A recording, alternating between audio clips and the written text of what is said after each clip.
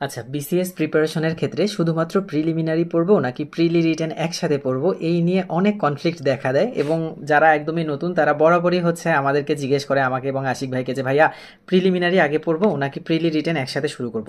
তো ফ্যাক্ট হচ্ছে, যখন আমরা একটা প্রিপারেশন শুরু করি, ওই প্রিপারেশন সম্পর্কে যখন আমাদের শূন্য জ্ঞান থাকে, তখন আসলে প্রিলিমিনারি প্রিপারেশনের ধাঁচ কেমন, রিটেনের ধাঁচ কেমন, এটা জানা পসিবল হয় না।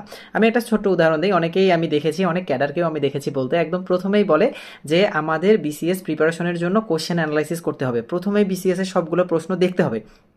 এখন আমার কথা, যে আমি তো কোনো দিন কোনো প্রশ্ন এর আগে পড়াশোনা করিনি, সাধারণ জ্ঞানের কোন জিনিসটা বাংলাদেশ অ্যাফেয়ার্সের কোন অধ্যায়ে আছে, বা কোন কোশ্চেনটা সমাসের কোন জায়গার কোশ্চেন, এগুলো তো প্রথমেই আসলে বিসিএস এর কোশ্চেনগুলো দেখে বোঝা মানে পসিবল না।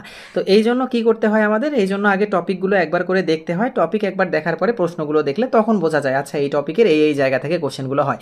তো সেমভাবে যারা যারা একদম প্রথম প্রিপারেশন নেয়, তাদের ক্ষেত্রে প্রিলিমিনারির সিলেবাসটা বুঝে উঠতেই বেশ কিছুদিন টাইম লাগে, সেখানে রিটেনের সাথে কম্বাইন করে পড়া, দেন রিটেন প্রিপারেশনটা আলাদাভাবে নেওয়া, এটা কিন্তু বেশ কষ্টসাধ্য একটা বিষয়। আর একটা কথা আমি একদম আমার পার্সোনাল এক্সপিরিয়েন্স থেকে বলি, আচ্ছা আমি আগেই বলে নেই, এগুলো হচ্ছে আমার একদমই পার্সোনাল ওপিনিয়ন, অনেকের সাথে না মিলতে পারে। যারা যারা মানে জানার আগ্রহ আছে এই বিষয়ে বা আমার কথা শোনার আগ্রহ আছে, তারা শুনতে পারেন, বাকিরা স্কিপ করতে পারেন। তো ফ্যাক্ট হচ্ছে যে আমার একটা বন্ধুর উদাহরণ দিই। আমার বন্ধুটা, আমাদের হচ্ছে 41তম বিসিএস ফার্স্ট ছিল আমাদের ব্যাচটার 2012 সালের ব্যাচ, আমরা 14-15 সেশনের। তো 41 বিসিএস ছিল আমাদের অ্যাপিয়ার্ড দিয়ে ফার্স্ট বিসিএস। তখন আমরা বিসিএস এর প্রিপারেশন সম্পর্কে কোনো আইডিয়া ছিল না। তো আমার একটা বন্ধু ছিল, ওর নাম আমি উল্লেখ করছি না, ও হচ্ছে মোটামুটিভাবে 4th ইয়ার থেকে পড়াশোনা করতো বিসিএস এর। আমি কোনো দিনই পড়াশোনা করিনি বিসিএস এর, একদম মাস্টার্স কমপ্লিট করে ধরেছি। তো ও যখন পড়াশোনা করতো তখন খাপছাড়া ছিল, কারণ দেখা যেত 4th ইয়ার ফাইনাল হচ্ছে, তারপরে হচ্ছে আমাদের আবার জেনেটিক ইঞ্জিনিয়ারিং যেহেতু সাবজেক্ট, প্র্যাকটিক্যাল বেসড একটা সাবজেক্ট, থিসিস হচ্ছে, তো এগুলোর কারণে এত কন্টিনিউটি বজায় রাখতে পারেনি। কিন্তু তারপরেও কোনোভাবে হোক 41তম অ্যাপিয়ার দিয়ে ও প্রিলিমিনারি টিকে যায়। তো 41-এ ওর প্রিপারেশন এত বেশি ভালো ছিল না। এখন যখন প্রিলিমিনারি 41 টিকে যায়, তখন কিছুদিন পরে 5 মাস 6 মাস পরে হয়তো বা 41-এর রিটেন যখন হয়, তার 2-3 মাস পরে আবার 43-এর প্রিলিমিনারি হয়। তো ও দেখা যাচ্ছে যে 41 কোনো রকম একটা টিকে গিয়ে 43-এর প্রিলি না পড়ে 41-এর জন্য রিটেন পড়তে হচ্ছে। যখন 41-এর রিটেন পড়ছিল, তখন 43-এর প্রিলিমিনারির প্রস্তুতি না নেওয়ার কারণে ও এই যে রিটেন আর প্রিলির মধ্যে পড়ে গেল, যার কারণে পরবর্তীতে 43, 44, 45, 46 4টা প্রিলিমিনারির একটাতেও আর টেকেনি, একটা মাত্র ওই রিটেন দিয়েছে। ওখান থেকে অবশ্য নন ক্যাডার প্রাইমারির হেড টিচার পেয়েছে, আলহামদুলিল্লাহ। তো ওর হচ্ছে সবসময় আফসোস ছিল এবং এখনও আফসোস করে যে বন্ধু, আমি যদি প্রিলিমিনারিটা 41-এর রিটেনের জন্য না পড়ে আর একটাবার যদি প্রিলিমিনারি পড়ার মতো পড়তাম, তাহলে হয়তো বা তোর মতো বাকিগুলো আমি উতরায় যেতাম। আমি তো আলহামদুলিল্লাহ 43 থেকে টেকা শুরু করলাম, 43, 44, 45 টানা টিকেছি। 46 আমি দিতেই পারি নাই, কারণ আমি 2 মিনিট লেট করেছিলাম যেতে। যাই হোক, তো ওইটা হচ্ছে ওই আফসোস। আর বলে যে বন্ধু, একবার যদি কেউ রিটেন দেয়, দ্বিতীয়বার তার রিটেন অবশ্যই অনেক ভালো হবে, কারণ প্রথমবার রিটেন দিলে একটা এক্সপিরিয়েন্স হয়, যে এক্সপিরিয়েন্স কাজে লাগিয়ে দ্বিতীয়বার আরও ভালোভাবে রিটেন দেওয়া যায়। ওর সবসময় একটা আফসোস, কারণ হচ্ছে ও এই যে একটা রিটেন দেওয়ার পর আর রিটেন দেওয়ার সুযোগই পেল না।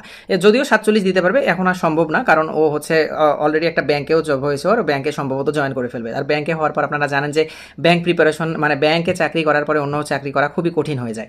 তো আমার যেটা আসলে এখন মানে যে জিনিসটা আমি বলতে চাচ্ছি, সেটা হচ্ছে আমি আসলে প্রিলি প্রিপারেশন নেব না রিটেন প্রিপারেশন নেব, এটা আসলে ডিপেন্ড করে আমার নিজের ওপর বা হচ্ছে সিচুয়েশনের ওপর। সিচুয়েশনটা কেমন হতে পারে, সাপোজ আমি একদম নতুন, সো আমার একটা বছর অন্তত পক্ষে শুধুমাত্র প্রিলিমিনারি খুব ভালোভাবে প্রিপারেশন নেওয়া দরকার। আপনি বিশ্বাস করেন, যারা প্রথম প্রিলিমিনারি থেকে তারা পরের প্রিলিমিনারিগুলো মোটামুটিভাবে টেকে, যাদের একটু প্রিপারেশন ভালো থাকে। আর প্রিলিমিনারির যদি একবার মোটামুটিভাবে একটা রিজিট প্রিপারেশন আপনি নিয়ে নেন, তাহলে দেখবেন পরবর্তীতে আর প্রিলিমিনারি আটকাচ্ছে না, তখন রিটেন মানে একটার পর একটা আরও ডেভেলপ করে নিজেকে দেয়া যায়। আর যখন প্রিলিমিনারি ভালোভাবে প্রিপারেশন হয়ে যায়, রিটেন একবার প্রিপারেশন নিলে প্রিলির পড়াগুলো সম্পর্কে ভালোভাবে একটা মানে কি বলবো, ওইটা সম্পর্কে কনসেপ্ট ক্লিয়ার করে পড়াশোনা হয়, যার কারণে পরবর্তীতে আরও বেশি প্রিলিমিনারি টেকার প্রবণতা বাড়ে। কিন্তু প্রিলি কোনো রকম টোনোমোনো করে আমি একবার যদি টিকে যাই, মানে ভাগ্যের জোরে একবার যদি টিকে যাই, পরবর্তীতে রিটেন পড়তে গিয়ে ওই জিনিসগুলো অত ভালোভাবে বোঝা থাকে না বা মুখস্থ থাকে না, পরবর্তীতে প্রিলিটা মিস হয়ে যায়। যার কারণে আমি বলবো, যারা একদম নতুন, একটা বছর কোনো দিকে না তাকিয়ে শুধুমাত্র প্রিলিমিনারির পড়াশোনা করা উচিত। প্রিলিমিনারি একটু আয়ত্তে এসে গেলে তারপর নিজেই বুঝবেন কিভাবে নিজের পড়াশোনা করতে হবে। এখন আসে আরেকটা ক্ষেত্র কেমন, যেমন এই যে 46 বিসিএস প্রিলিমিনারি গেল, 46 বিসিএস প্রিলিমিনারিতে অনেকেই কিন্তু আছেন যাদের 105, 110, 112 এরকম মার্ক ছিল। তার মানে প্রিলিমিনারি মোটামুটিভাবে প্রিপারেশন হয়েছে, কিন্তু কোনো কারণে হয়তো বা কি হয়েছে যে আমি পরীক্ষার হলে হয়তো বা প্যানিক অ্যাটাক ছিল, অথবা পরীক্ষার হলে যথোপযুক্ত কোশ্চেনটা বা কনফিউশনগুলো ক্লিয়ার করতে না পারা হয়তো বা টিকেনি, তাদের ক্ষেত্রে কিন্তু প্রিলিমিনারি মোটামুটিভাবে প্রিপারেশন রয়েছে। তো তাদের করা উচিত যে যেহেতু এখনও অনেক টাইম রয়েছে, যেহেতু এখনও সার্কুলারই হয় নাই, তো যতদিন সার্কুলার না হয় ততদিন রিটেন সাবজেক্টগুলো পড়া উচিত। রিটেনের সাথে প্রিলি কতগুলো কম্বাইন রয়েছে এখন যেহেতু তারা মোটামুটি বুঝবে, সো তাদের এখন রিটেনগুলো পড়ে পড়ে রাখা উচিত। পরবর্তীতে সার্কুলার দেওয়ার সাথে সাথে 3 মাস বা 4 মাস যেটাই টাইম থাক সেটা একদম মনোযোগ দিয়ে প্রিলি পড়া উচিত।